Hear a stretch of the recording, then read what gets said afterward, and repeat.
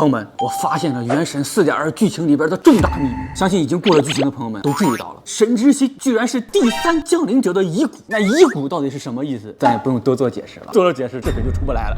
这个设定一旦出来之后，可以说之前有关于神之心的文案基本上全部都得推翻。最早的时候，我们还觉得神之心可能就是个摆件，毕竟呢，不管是温蒂还是钟离，或者是雷神，神之心被抢了之后，他们都是毫不在乎的。再往后呢，我们觉得神之心可能是天理抢夺了初代龙王的全能之后，把他们做成了神之心。包括呢，枫丹的翅膀上面也有介绍，初代水神他是获得了原初之人的一块碎片，有了魔神之格。那当时就在想着，这个原初之人的碎片是不是就是神之心呢？这里的神之心就有可能是包含着初代龙王的全能，再加上原初之人法涅斯他的碎片融合而成。但是现在又有新的设定了，他是第3降临者的遗骨。我靠，我现在的脑子就非常乱了。龙王、法涅斯、第3降临者，我长脑子了。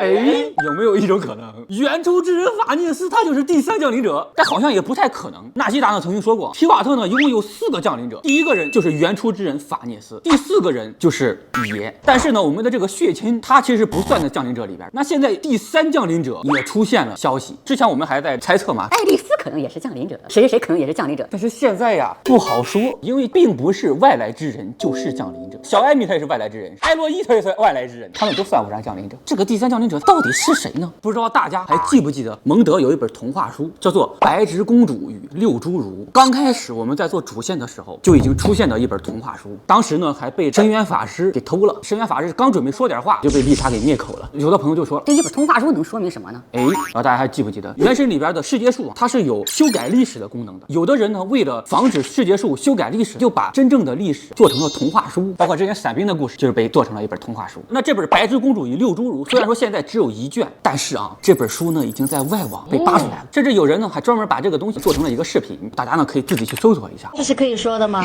这里边有几个关键性的人物啊，大家可以记一下，一个叫做叶母，一个是公主和王子，还有6个侏儒。叶母呢是统治着整片黑暗森林的人，公主她也是本土人，王子他就属于外来者，带领着几个侏儒准备推翻呢叶母的统治。但是呢后来他被侏儒给背叛了，然后就被侏儒给咔嚓了。那么这里我就有一个大胆的想法，第3降临者可能就是这位王子，月光森林里边的公主有可能就是仙灵之祖，而叶母就是当时的天敌。那6侏儒到底是谁呢？不会是当时的6神吧？震惊！阎王马克斯就是大坏蛋，不敢苟同。